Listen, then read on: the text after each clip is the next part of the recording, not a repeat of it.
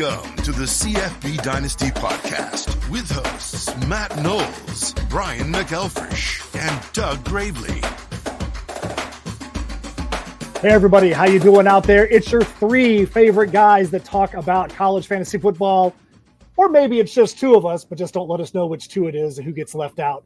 Anyways, it's the CFBDynasty.com podcast. My name is Matt Knowles. I'm here with Doug Dynasty and Brian McElfresh. Brian, Doug, first things first, how are you feeling about your March Madness brackets with only 12 teams left? Doug, that's what your thoughts are on your bracket. BMAC, what about you? How you feeling about your bracket right now? Pretty terrible. Like once Florida lost, I pretty much knew it was over for me at that point. Day two, Florida lost, guys. Day two. It's every maybe third year I'll just get bullish on Florida's chances, and I thought they had a long team, really good guard play. I thought they would be able to compete. Didn't work out. Lost by 2. It was the center, bro. It was the center. Yeah, it was maybe the broken leg of our center the game before, but whatever. It's the Gators can't hurt me again until Florida plays Miami. So That's true. As you see, I've still got a lit red behind me because NC State, there's only 12 teams left in college basketball right now as we record this, and they're one of them. Hopefully tonight they get the dub and I can see what happens on Sunday. But you know what? I've been enjoying the ride. It's been fun watching DJ Burns get some national press for his dump truck sized body. I know Doug has got to be loving the fact that a guy built like him is Doug's like I mean, I don't necessarily beep when I walk backwards. But hey, it's cool, dude. Hey, but it's fun seeing a guy like that. They're talking about he's so big, but he needs to be on Dancing with the Stars. It's a great time. It's fun. Major changes in there. Our boy Zach Bernard, that always seems to win at everything, jumped into the number 1 spot in the college basketball March Madness pool last night. So we'll see if Zach ends up taking it or if somebody else can jump up there. My daughter Cameron is in second place, which is kind of cool. Hey. But we'll see what happens there. Also, by the way, Cameron officially 4-time first-team All-County soccer player. Very rare that ever happens. Congratulations, Joe. Totally great. Happy that she actually is officially 4-time first-team All-County. That's awesome. Anyways, today's show is not about March Madness. We are talking about the video game and who they think are going to be the top 10 QBs in the game. There's some good rankings. Doug finished up a really awesome article on that we're going to cover in just a little bit. But before we get there, we're going to talk news and notes. But before that, BMAC wants to cover some brand new news about the video game that just came out yesterday. That has nothing to do with the rankings. BMAC has got some great screenshots. Let's talk about it. Well, they're not my screenshots. They're straight from EA, which is great. So any sort of communication you get from them. But this was on Twitter. So these came out of Faroe Field, a.k.a. the zoo.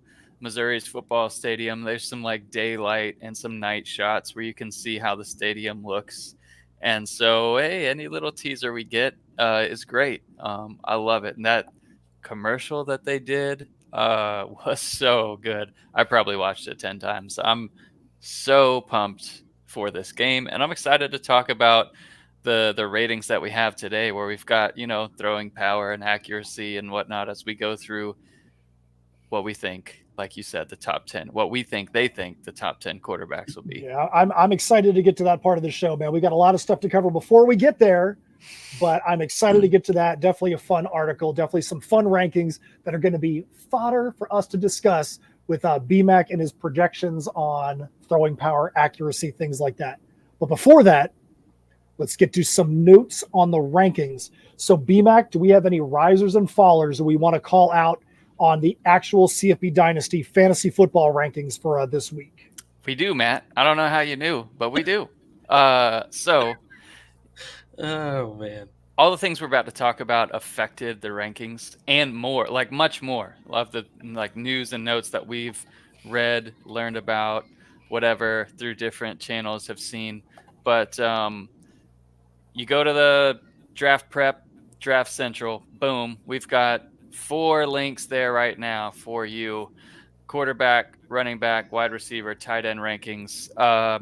Pretty deep right now. So we're hundreds of players in each.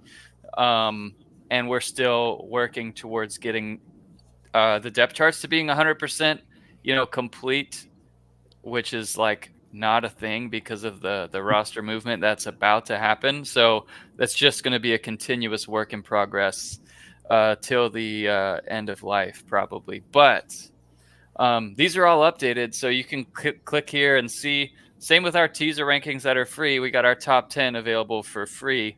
And as we make changes to the depth charts, as we make changes in the data, it automatically goes live on the site. So you're gonna see all these things, happen in real time. We had, Taj Brooks get a nice bump after going over some data with him. Brought Jordan James down a little bit, and we'll talk about him a little bit more too. But there's just a lot going on in the news, and it's just great to talk about actual on the field football news. So we can get to that. So, B-Mac, who's some of the people that you have that you want to call out specifically? I know right before we went on, you had a news and note about a South Alabama riser or faller you want to call out. Yeah. So South Alabama there'll be a running back 1 will be a great spot. Wide receiver 1, great spot for fantasy there. Solid offense. And it looks like Braylon McReynolds, and really before I get into the news and notes, I do want to give a shout out to Volume Pigs real quick, if that's fine. So I'll let you do it. Yeah, I appreciate it. So Volume Pigs, they put together this like college football roundup, and it's just a great little site, a little cheap, $5 a month or whatever, easily worth it. He takes all the news and things that he's compiled, puts it into one article, and super helpful for us. There's a bunch of different content creators in the sphere, and I really want to do a better job connecting with them this year. And hopefully we'll get some of them on the podcast and whatnot. I talked to Volume Pigs about that a little bit yesterday. So he does a great job of that, and check it out, pay for it. Absolutely worth it. All of those things that he writes about too, may not immediately impact our rankings or whatever, but we'll use our own judgment skills to see how one piece of news might impact the rankings, might impact depth charts, but he does a great job putting that together. So before we get into that one, let's play the drop. Yeah. News and notes around college football.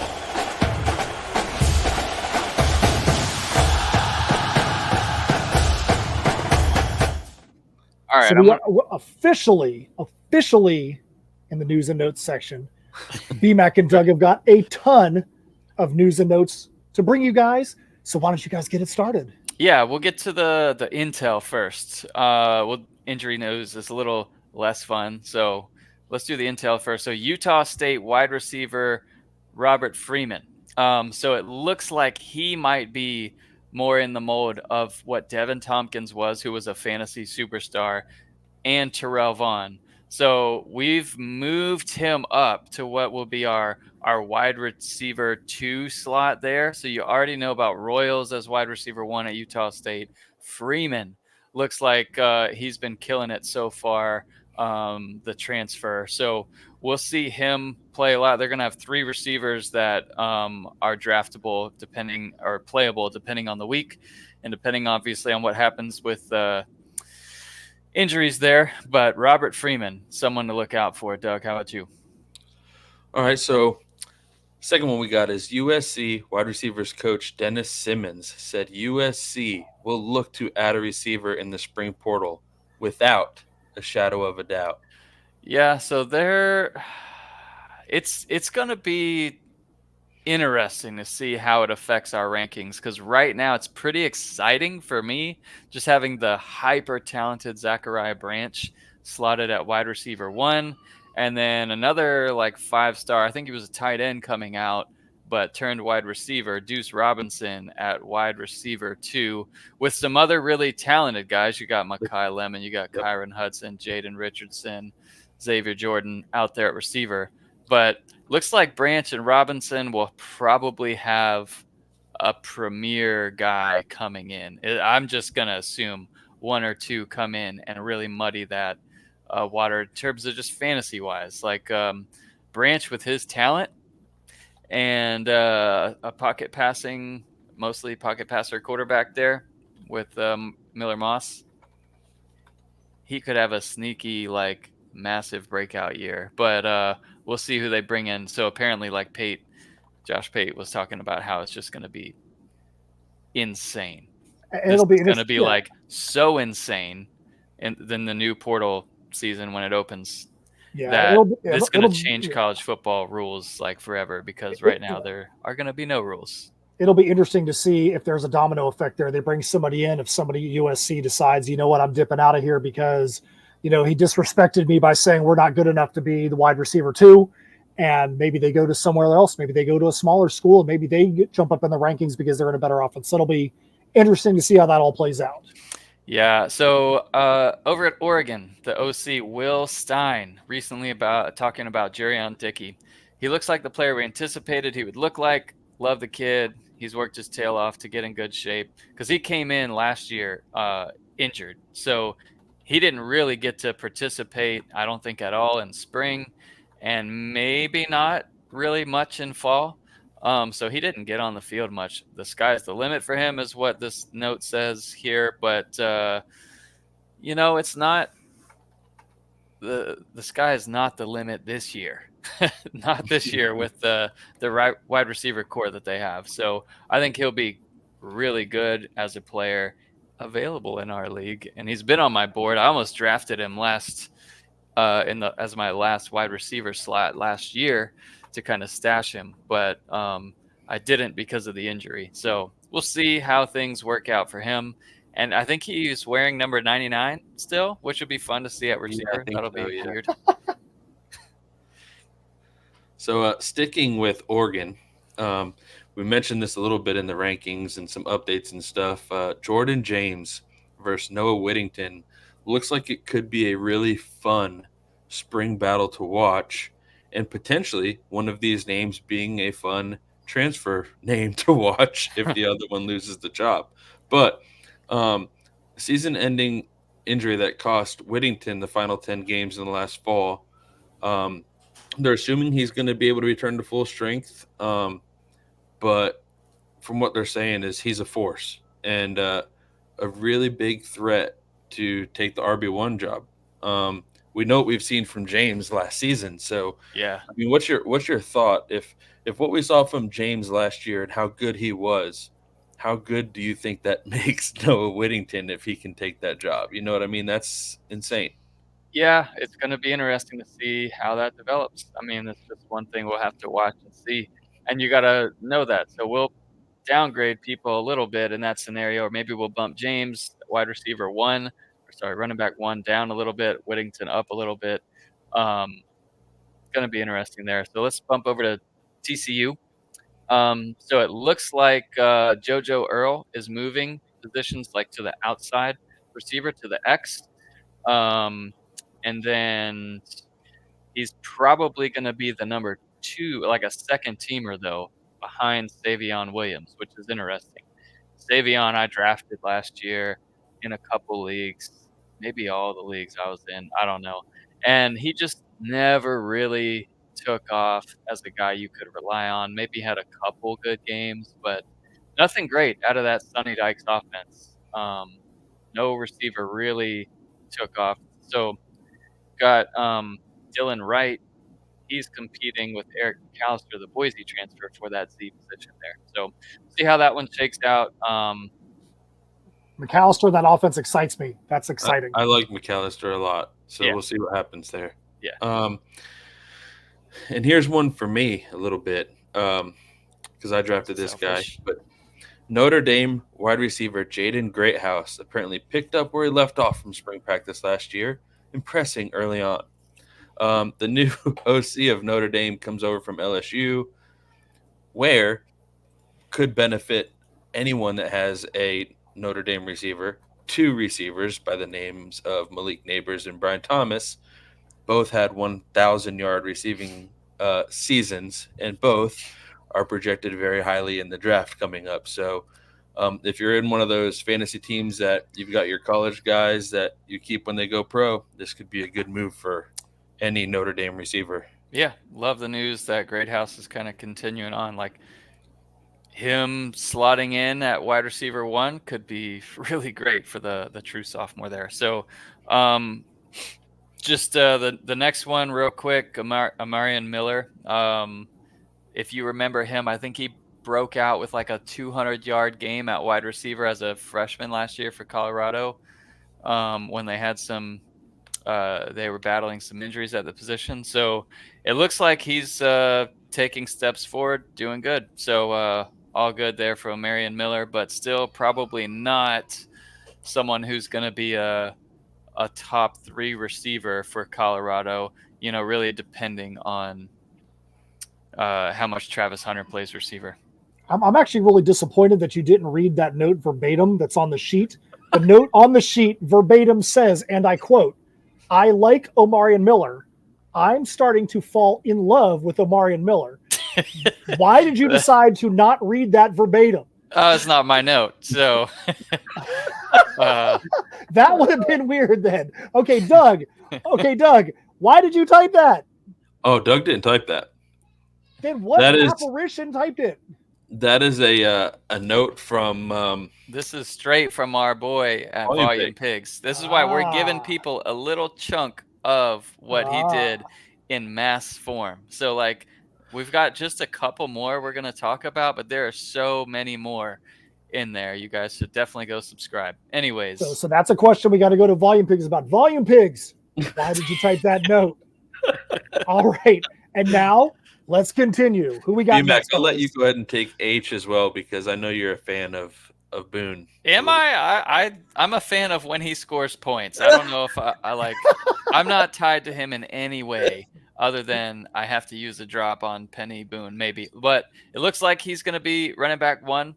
But they got Don Chaney Jr. from Miami, who's going to have a notable role in the running game. They both can be good in the red zone, so we'll see. I know Chaney's definitely a bruiser, so we'll see how they use him. But, like, in that Louisville offense, Penny Boone can have a really good year depending on how many touches he gets. We'll see. But I'm not super right now. I'm leaning towards keeping him. I think, let's see, where do we have Boone ranked? So we still haven't put out the projections yet.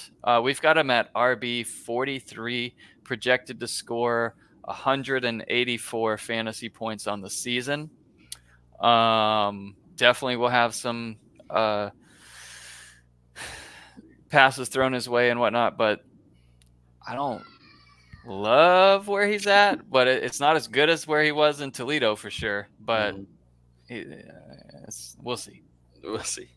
All right. I'll keep this rolling. We got Florida State transfer wide receiver Malik Benson. Has impressed early on in spring camp. I've heard this a lot.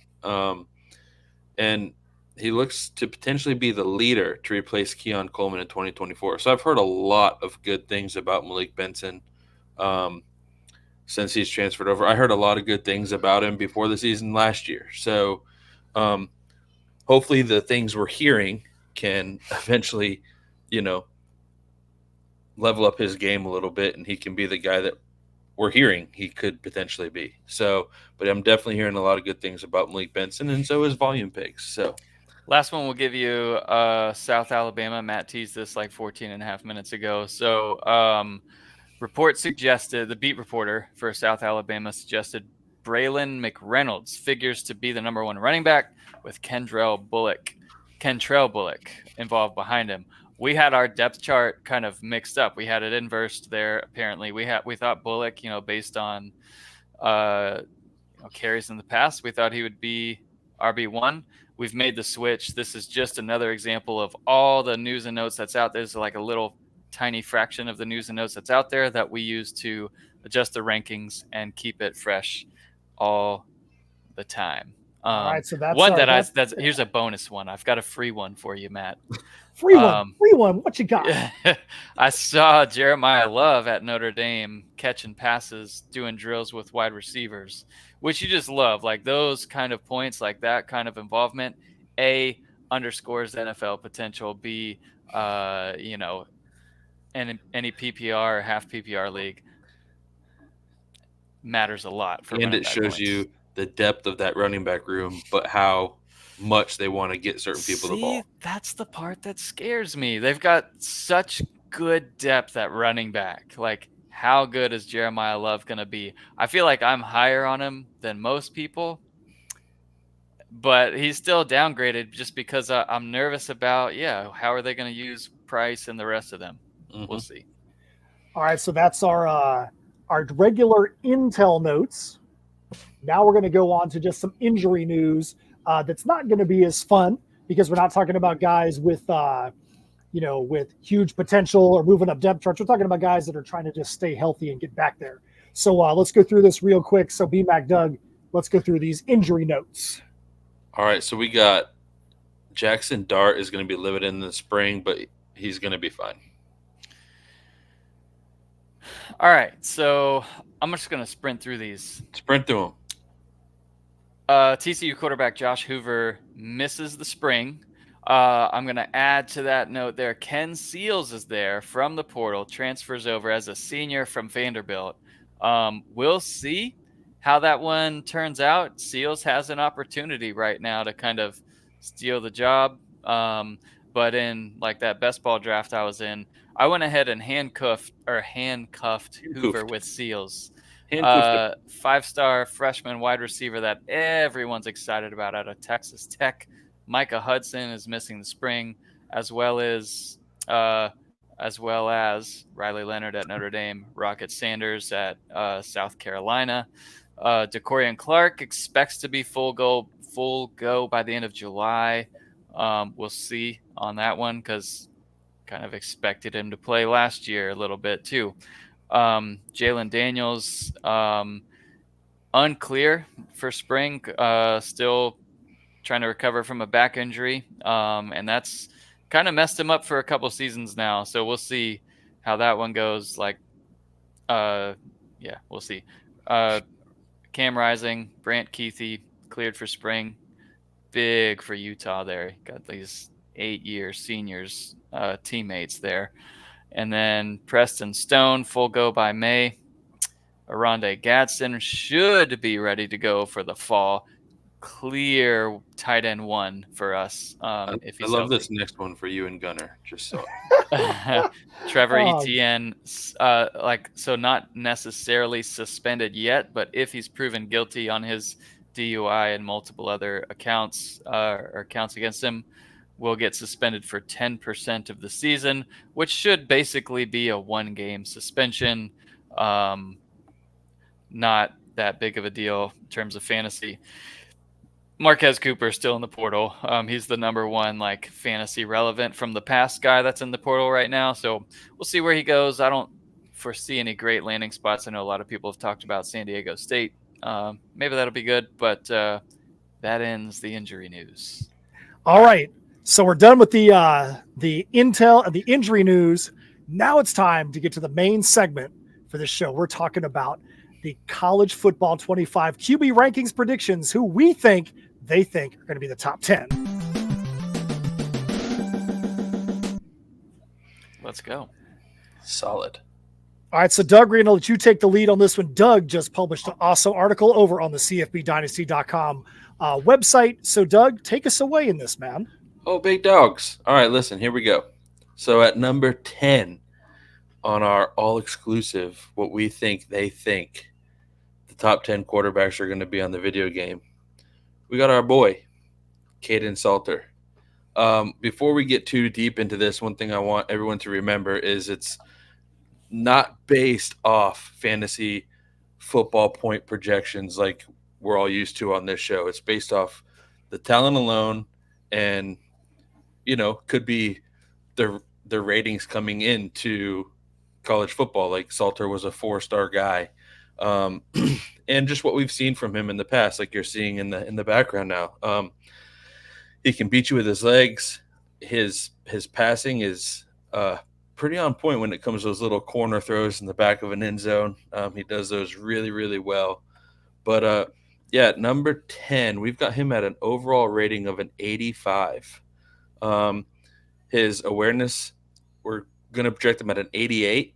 Throw power, 89. Throw accuracy, 88. His speed, 83. And acceleration, 83. One thing to note real quick as we're getting into these. So as far as the video game goes, like it's more, it weighs heavily on talent. So it's going to be like different from our fantasy rankings where you'll see a lot of the, Salter's going to be in the top 3 as well as Byron Brown. It's a little different here, but Salter, if you remember, he was a 4-star kid, recruited heavily, committed to Tennessee. I think I don't know. He got somehow in trouble, got in trouble, got kicked out, and now he's here. So he's like super talented. A lot of people thought he was going to be like follow his coach over to Auburn, but he entered the portal and then came back to school. So not really sure why, but hey, Salter's back. He's got some new weapons, so we'll see if he's able to keep that production up. But yeah, love Salter. I think it'll be interesting just to see, especially with him. I'm glad that he's the first guy that's on the list because the game historically weights heavily to Power 5, Power 4. Right. And so to see a guy like that, is he somebody that's going to become a guy I can go take Caden Salter and play on that team and just have him go crush Group of 5 talent schools. Yeah. So it's going to be interesting to see where Caden Salter falls. And then with the game, is he somebody in the game that's going to go into the transfer portal and go to a bigger school with the game? So that's going to be one that's going to be super fun to watch. Mm-hmm. All right. So Doug, number 9 on the list, we've got Jalen Daniels. Explain to us why you got him there at number 9. Well, in the video game, injuries are not a concern. Again, like I said briefly, and like Brian said, it's based off talent alone, not what we project them in fantasy points. Although he is another one that is projected high, not top 3 or anything like that, but he's projected to score some fantasy points. He's another one that can beat you with his legs and beat you with his arm. You'll probably find a common theme, with some of the video game rankings and then some of our fantasy rankings as far as having that dual threat ability, but there's going to be some in there that just have a really good arm. So it was such a huge emphasis when the game was like the last 2 iterations of the game where the read option became a big part of it. And that was really hard to stop, or inversely, like really easy to do against the computer because you're just reading the end and making your pick. And so yeah, someone like Daniels, goodness gracious, like he can throw, but he can run it a lot. Like he's someone that I worry about. Like if he's healthy in that offense, like we might have him too low. Like I like Jalen Daniels a lot. All right, so at number 8, Doug, I know how much you love saying this guy's name. I'm going to throw it over to you to say his name and then roll from there. Who you got at number 8? I'm going to roll with Nico. And I like calling him Amaliva because it just fits for me. I'll let you guys, have fun with that last name, but I'm just going to roll with Nico because it's more fun for me to say Nico. We got him overall at an 88. Yeah, he's young, but the throwing power for him is there. He can throw the long ball for sure. And the only reason I think we've got him at an 88, honestly, is because he is young and we don't know what his awareness is going to be like. It's one of those things with the video game. As the awareness goes up after you start a full year, everything else, his accuracy, his quarterback accuracy is going to go up just with experience. So he's got the 5-star raw talent. Well, and that offense in general, though, it's hard to. You would think it's hard to have another season like a Milton kind of, with the way their offense is run. You would expect a quarterback with Nico's talent to come in and just be successful. So I was worried about that in the Florida game when the Gators beat Tennessee pretty handily. Milton was struggling so bad in the swamp.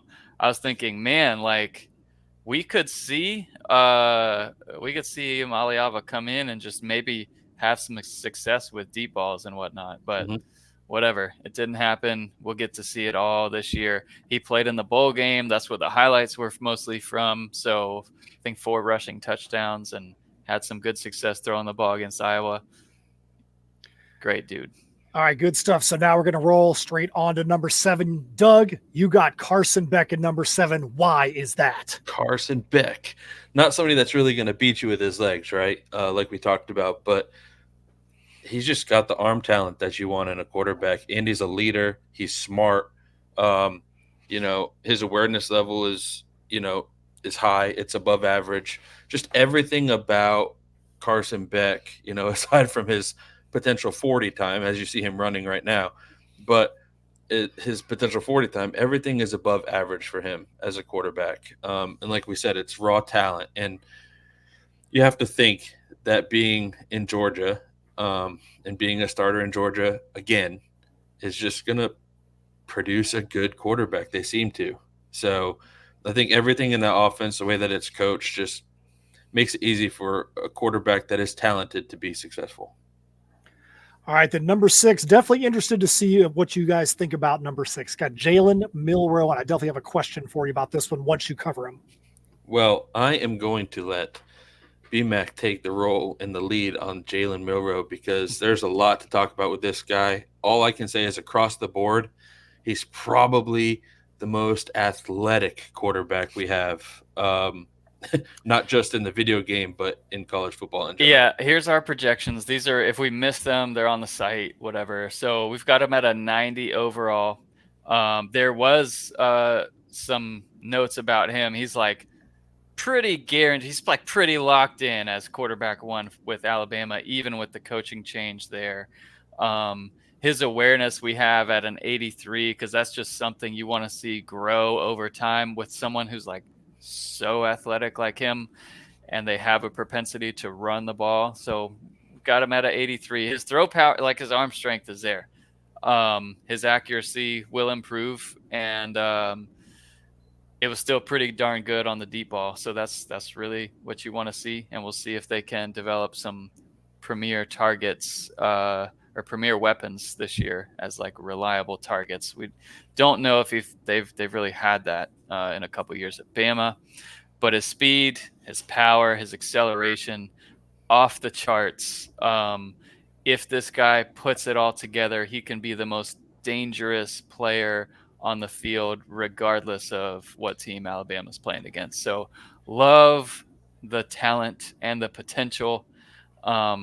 I imagine he would be one of the scariest guys to try and defend in the video game when it comes out. But so as you're talking about scary, the the replay on his highlights that just showed when he was getting smashed by that Ole Miss defender and threw like a 45-yard touchdown pass. Yeah. I'm like, man, that to me is scary. And then you think back to what he did to, advance Alabama in the final seconds of, the one game and things of that nature. Just, he's scary, man. You just never know because he could tuck it and run a 70-yard touchdown pass, or he can throw a 70-yard touchdown. It's just crazy to me. Yeah, if we did a post on the most electric players in college football, he's got to be up there. All right, so I got a question for you guys specifically relating to Jalen Milroe. So if you were to take all these players and you were to say, hey, we don't care what team they're on, just the actual player, do you think his rankings would go down or stay the same because of the fact he's on an Alabama offense that gives him the opportunity to be able to make these plays? He's got a great offensive line. He does have 5-star weapons around him. Do you think that helps his personal ranking go up? Or do you think that he's just a great talent no matter what, and the rankings are going to stay what the rankings are, period? I don't think so. Like, I think that's exactly how I did it, was like, regardless of what team they're on, what have they shown me in terms of their strength? So if he moves over to I was about to say Kentucky because that's who the highlights are showing, but Kentucky has some great weapons at receiver. So UL Monroe. If he moves over to UL he Monroe, goes to UL Monroe. He's going to crush those defenses. but still, like his rating will be the same. okay. His stats would just go up fantasy wise. But Yeah. that's why we've also got those fantasy stats there projected, in that same chart. All right. So next up, we got number 5, Drew Aller.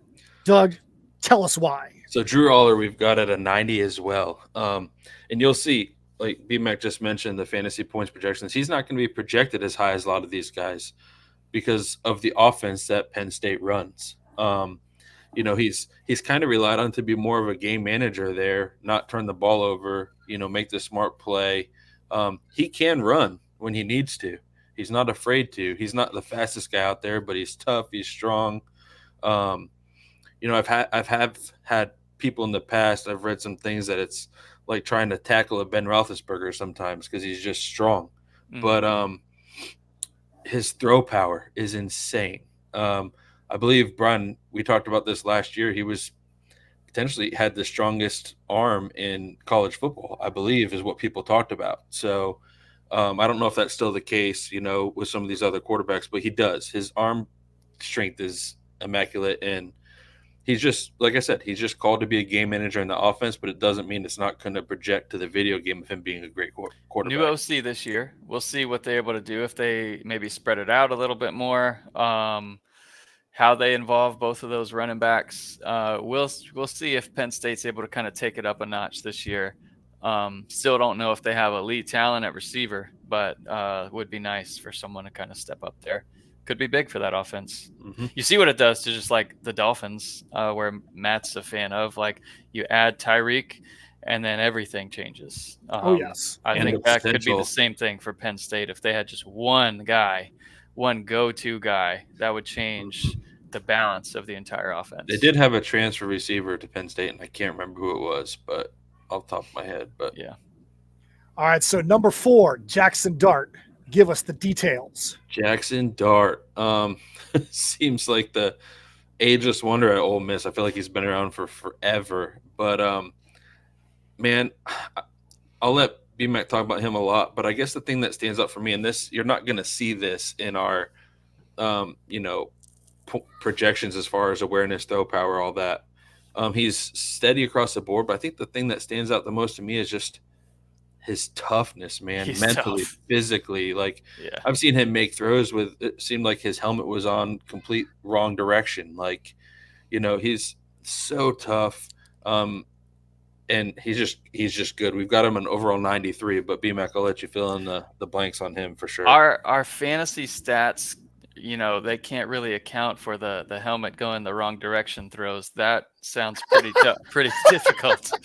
But I'd say yes, he's super tough. Like he's got a big arm, so he's definitely going to be in the mix for the draft. And I want to get to that question, Doug. So I'm going to ask you here before the end, like once we get through the list, how would you rank these guys, the top guys, Devy wise? Give me your top, 4 or 5 quarterbacks that we have on this list. Okay. And that's going to be hard. That's going to be hard because there's some good ones. Obviously. I think I've got it. But Dart's going to be one of them. And he's got Trey Harris coming back at receiver. They had Juice Wells, who's incredible from South Carolina. And they've kept some of their other guys that they've got there too. They lose Judkins. I think they'll be like a Dart-centric offense. Ulysses Bentley is going to get more run. Logan Diggs will be in the mix. But it's going to be a great offense. And Dart is going to get plenty of touchdowns on the ground, through the air.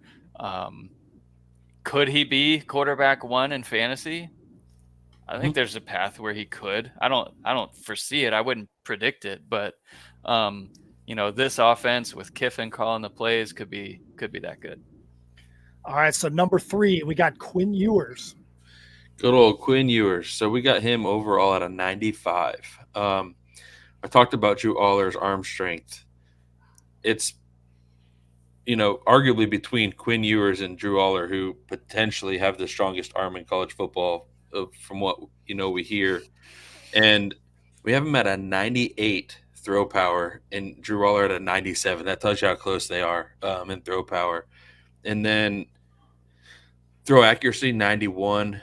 And again, a guy that's not necessarily going to beat you with his wheels. He's not going to outrun you, but he'll run when he has to. So I think the biggest thing with Quinn Ewers is just getting that awareness a little bit better for him. Because there are some deeper balls that he throws that he does miss.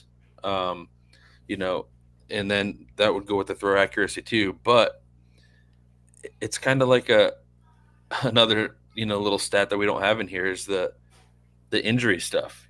You know, so just putting together a full season is something that we look forward to with him. But he's got all the arm talent in the world. Yeah, and maybe his deep ball accuracy was just a little, miscalculated because of the speed of Xavier Worthy that we've seen now from the combine. But you got two of the fastest guys out there in the combine that are gone now, so he's going to be replacing them with some couple freshmen from last year that are moving up the depth chart, transfer to coming in. So we'll see how that goes. But yeah, like Ewers a lot. I think everyone in that offense can be incredible. Like, he's not a top 10 fan. I don't see a way where he's a top 10 fantasy quarterback just because he, isn't going to be relied on to run as much. But with the weapons at receiver, at tight end, at running back, all those guys are going to get some good run this year. All right, so the guy at number 2, I'm actually going to take a little bit on this before we even get back to your guys' comments. You got Shedeur Sanders from Colorado. Some of the stuff that you guys have said to this point, I think, really play into why you have Shedeur ranked this high. Here's what you guys have talked about. The game doesn't take into account injuries. The game is not going to be taking into account how bad the offensive line was last year, how spooked he was getting at the end of the season because he was just getting obliterated. Shedeur Sanders was not just getting sacked. He was getting absolutely destroyed on some sacks. So that probably affected the way he was playing. The rankings are going based purely on his talent. And if you've got somebody like BMAC who's controlling Shedeur Sanders in the game, and this is for real. If you got somebody like BMAC who's controlling Shedeur Sanders in the game, he's going to be able to utilize those skills that he has on the controller for him to avoid potential deficiencies in the offensive line. So I really like seeing that CFB has got Shedeur up this far, because from a pure talent perspective, I think it's dead on. They have tried to improve the offensive line in the offseason, so we'll see if that helps him. But I think that from a video game perspective, this is probably your video game guy. So BMAC, Doug, do you think that that's accurate comments for me? And what are your comments about why you have Shedeur at this point? Yeah. They're accurate for sure. We got him at a 96.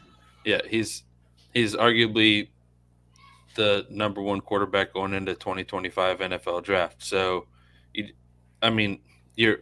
were very accurate. I think having Colorado as your team on the video game could be really fun. So, over,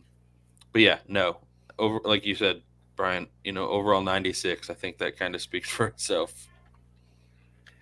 All right. And then last but not least, number 1 in the who we think they think is going to be the best quarterback in the new college fantasy football, or the new college football video game that's coming out, Dillon Gabriel.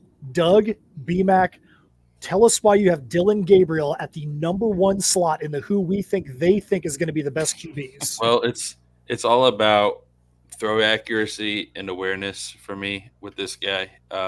He's been around long enough to know the game, to know what's going on.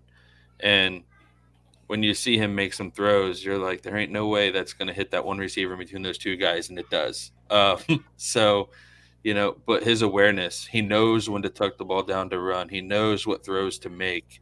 He knows what throws he can't make. He's smart with the football, and I don't think he's overconfident in terms of, I'm going to make this throw, even though I don't think it's going to get there. Yeah, I love Gabriel at Oregon, his 3rd stop. So he started at UCF, Then he went and did a year at Oklahoma, and now he's at Oregon. I wonder where he'll be next year and the year after that. But Hopefully NFL. Hopefully NFL.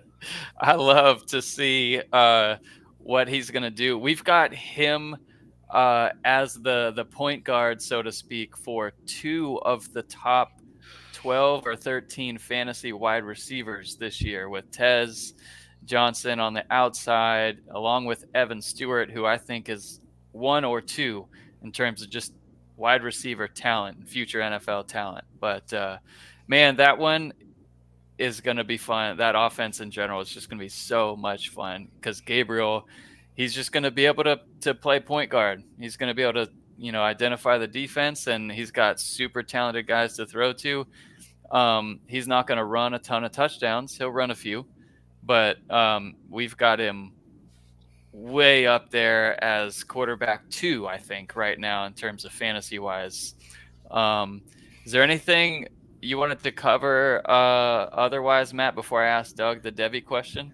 Yeah, really quick. So just BMAC, if you want to pull up your rankings and go to the bottom real quick, we'll take a look at the how you, just for fun, put your projections and predictions of what they're going to have in the game as far as awareness, throw power, throw accuracy, speed, acceleration.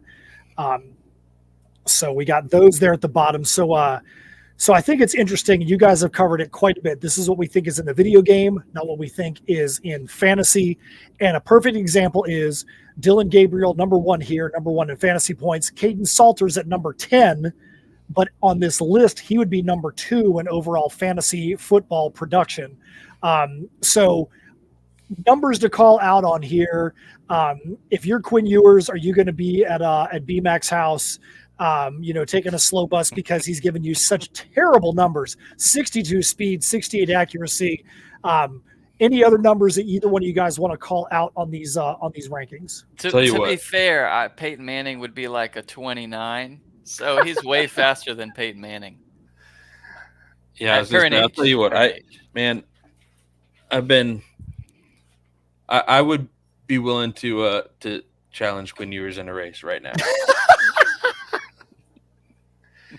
All right, the one question I have for you guys on these rankings, if you think that this is the top 10 quarterbacks out of 130-something teams, and your 10th best quarterback is an overall 85, do you think when you see the game that some of these quarterback rankings are probably going to be a little bit higher? Because to have the 10th best QB at 85, knowing the way that the game likes to have their players statted, probably going to see some of these guys ranked a little bit higher. I think you're probably going to see maybe the 30th or 40th best QB at an 85 because they want to have those guys that are just dynamic to start. What do you guys think when looking at these? Yeah, probably maybe a little bit more. You wonder what are they going to do with some of these like 5th and 6th year seniors who, would essentially have extra years of progression. So if you're a 4 or 5 star recruit in the video game, you're moving up like 4 to 6 points overall every year.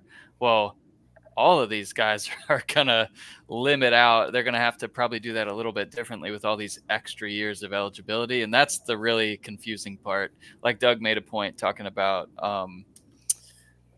who were you talking about before the show here?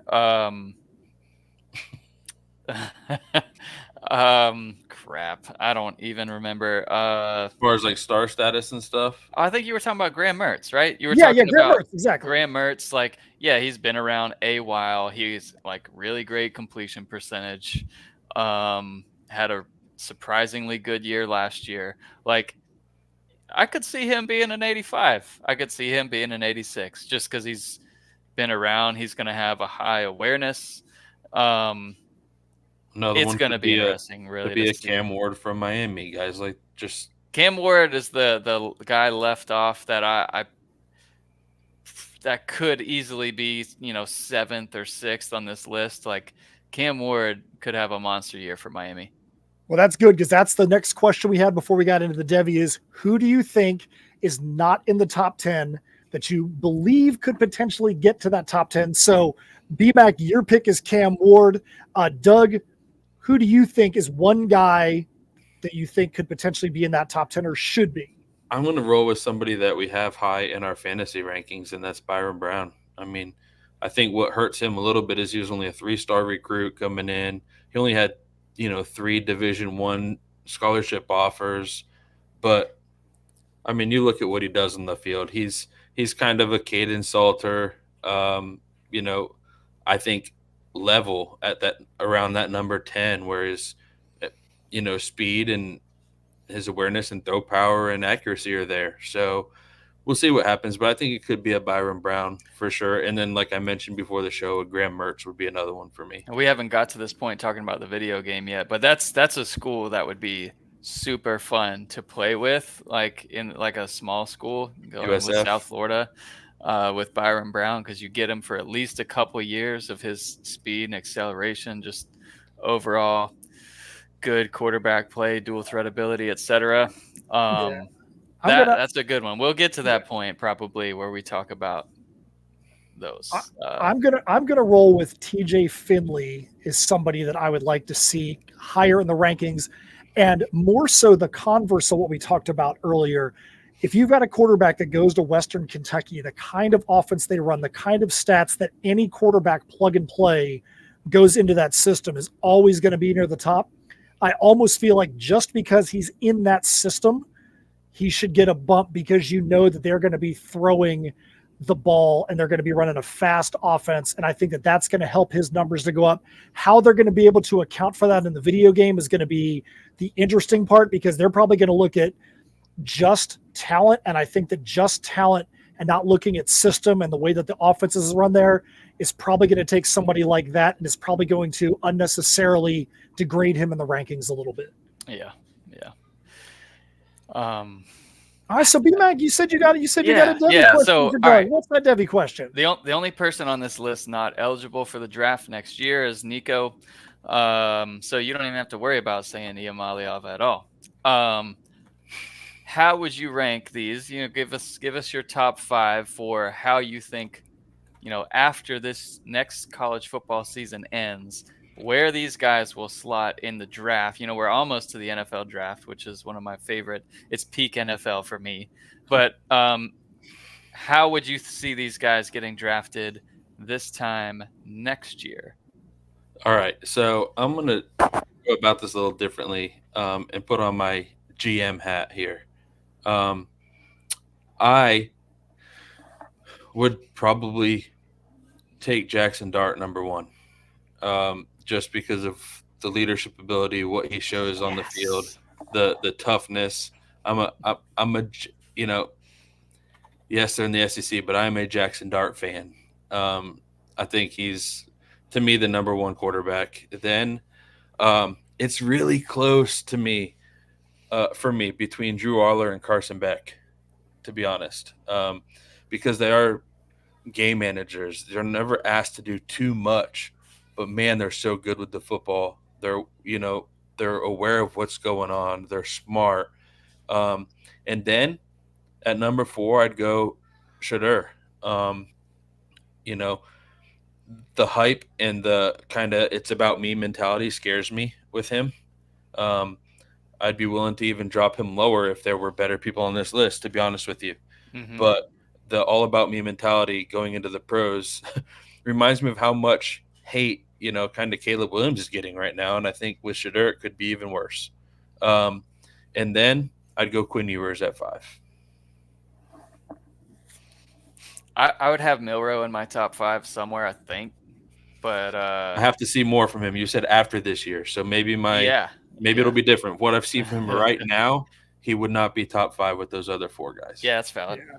I think Shadur, depending on how he's got a better offensive line. We've talked about that at length. If he goes in and performs better than last year with a better offensive line, I think he could be the number 1 quarterback. If he goes in and does not perform better with better offensive talent around him like that, I think that he's going to drop in the rankings. I think that, as you said, maybe that me first mentality might make him drop. But if you're a GM that's struggling to sell tickets or want to make some money, that could be the most marketable guy on the list that could help you to bring some money. It might be able to help you bring some free agents. You never know. So I think that he is definitely the wild card there because of all those things around him. I do think of it on on a level as a former athlete player too, though. Like, he could also deter people from wanting to play there, and because he's taking all that light away from everybody else, and that me mentality. I just don't like it as far as potentially leading a locker room full of, the best of the best. We'll see. And I don't know I really don't know enough about Shedeur to know if that comes from him or comes from his dad. I know his Dion is very confident, way more confident in anything than I'll ever be probably. But, he said, he's got the number 1 and number 2 draft picks on his team between Shedeur and Travis and he's Hunter. made comments and about he could be right. He's made comments too, though, about like their teams that these two will not play for. I don't like that, but to me, it's like, dude, you're going to play where you get drafted. I don't know. And if you get drafted there and you refuse to play, then you're just going to sit there. I don't know what to tell you. And it's some weird stuff too. It's like, I don't want to play in cold weather. So if Green Bay, not that Green Bay is going to go draft you, but if Green Bay was to draft you, you're going to say, no, I don't want to play there because they play outside of the Bears, because the Bears play outside in cold weather. That's I hate to break it to them. Every team in the NFL travels. Yeah. I don't know what to tell you. Yeah. All right, so that is it for the top 10 who they think are going to be the top quarterbacks in the upcoming college football video game. Doug, BMAC, you put together some great information. What do you guys want to say as we lead out, or what's the next show, or what's one of the shows we have that's going to be coming up? And what's something you think should be exciting people as we head into this next week? We got running backs and receivers coming up next. It may be delayed a week because of travel next week. So I will keep you guys in the loop on that. But all the news coming out, attending spring games, all that stuff. Cannot wait. Very excited about that. And we'll try and get some more collab with some of the other guys in the industry, because I just feel the pull to kind of do it. It's been a while. I'm bad about reaching out to people, and I need to do better at that. Need to do better at social, but so BMAC so is BMAC's ranking in social better or worse than Peyton Manning's speed? What do you think, Doug? Oh, man, that's tough. So does he get a 29 or better? I think I would pick Peyton Manning running the ball in from the 2-yard line right now. I think so too. All right, so we got to get that number up. If it was in the video game, we got to get that number up, BMAC. Oh man, yeah. If you're grading my social media skills, I'm definitely worse than a 29. Definitely. And my like rating for it is pretty bad. I really hate doing social stuff, but. Well, on that note, make sure you guys go out there and like and subscribe to all of our socials. They're going to be in the show notes. Make sure you go up to CFBDynasty.com and subscribe, because when your season comes up, when your draft comes up, you're going to want to have your hands on all that information so you can get a leg up when you're in the CFB Dynasty Open League, or whether you're in your own league or you're in both. You want to have a chance to be like Doug and be a champion. On behalf of Doug Dynasty and Brian McElfresh, my name is Matt Knowles. We thank you guys for coming out to the show today. See ya. See ya. Thank you for listening to the CFB Dynasty Podcast. Help us out by subscribing on YouTube and reviewing us on your podcast network.